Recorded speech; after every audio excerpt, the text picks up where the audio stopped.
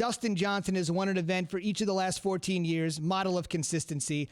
He's got 24 PGA Tour victories. He's got 2 majors. But tell me why one green jacket solidifies the legacy for a guy that with all those numbers should already have it. Because Dustin Johnson won what would arguably be the second hardest tournament to win, and because DJ was also 0 for 4 when leading going into a Sunday of a major championship 4 times. And the last one that he had was this year at the PGA in San Fran. He had the lead going into Sunday.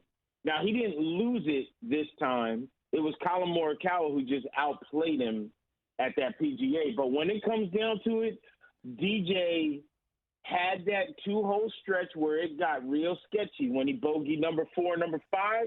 And it was like, uh-oh, is he going to do this again? Like, it was a one-shot lead.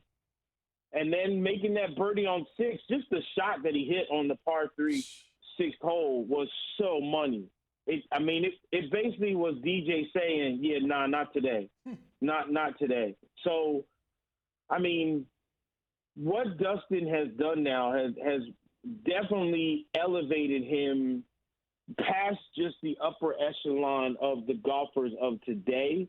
This guy has won a tournament for 14 straight seasons, which it doesn't sound like much, but it is so almost impossible to do, to win at least once a year, at the minimum of once a year in this sport is just almost unheard of.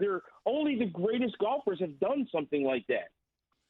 And Mike, very similar to how we saw in the NBA Finals with LeBron James, you're playing without fans. How different was it not having any patrons there? You not being able to be on the course. What was the overall vibe like in Augusta? JWill, it's funny that you asked that because on the podcast earlier this week, we had Tom Rinaldi. And I said, Tom's, all of his features that he does is all about feelings, right? Like, usually if Tom Rinaldi walks in a room, sad music starts playing and somebody starts crying, like even without talking, right? So he gets so mad when I say that about him, too. I love Tom.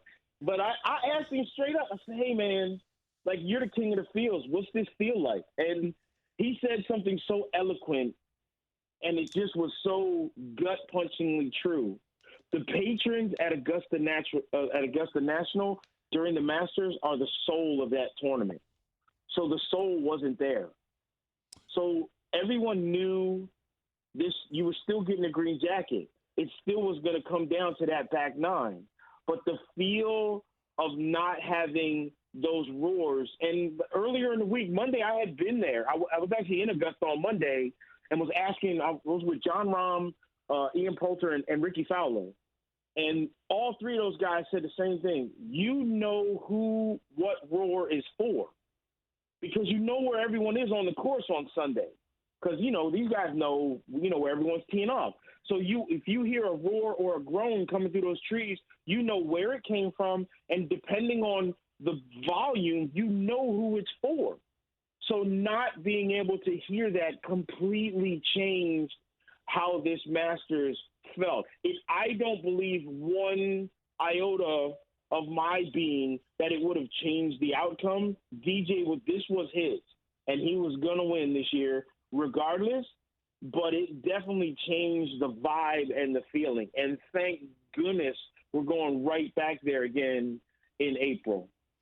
Michael Collins, my true, real life caddy, just so that you know, joining us here on Keyshawn, JWill, and Zubin. Mike, with DJ winning this thing in November and being the number 1 player in the world, what does this do for the particular sport? Man, and I was going to say, Zubin gave me that amazing intro that I got, 37 jobs. I got jobs like a Jamaican. But he left out the most important job I got at ESPN, and that's being your caddy, Keith. Yeah. So I'm saying, right? Like, yeah. Come on, man. Throw that out there. You know what this does for the sport? It is exactly what this sport had to have at this moment. The fact that the Masters was being played in November and that we had college football and the NFL going on both Saturday and then college football and the NFL on Sunday as well. As much as I know Cameron Smith and I know Sung J M, right? They're good dudes. I got nothing against them. Cameron Smith, the only guy in Masters history to shoot 4 rounds in the 60s, and he lost by 5. But I'll tell you this, if Cameron Smith or Sung J M would have won, that would have been a disaster. It would have been a disaster for the sport.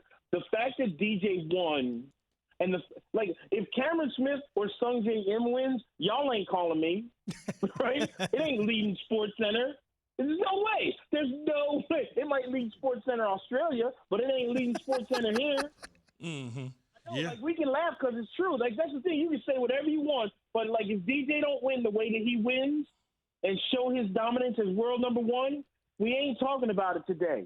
So that's what it did for the sport.